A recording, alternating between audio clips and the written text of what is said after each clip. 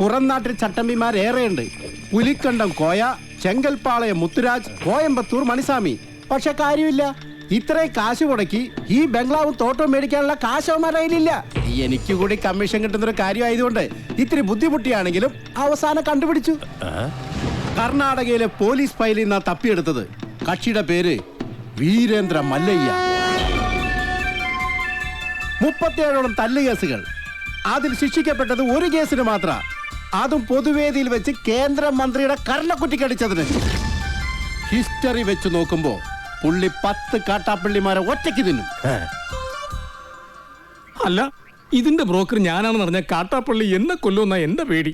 നിനക്ക് police protection ഞാൻ തരും. എങ്ങനെ? ഏതെങ്കിലും മോഷണ കേസ് പിടിച്ച് അകത്താക്കിയാ പോരെ? അയാളിത് വാങ്ങുന്ന എന്താ ഉറപ്പ്? ദേ, ഞങ്ങൾ ഇന്ന് തന്നെ പോവുക.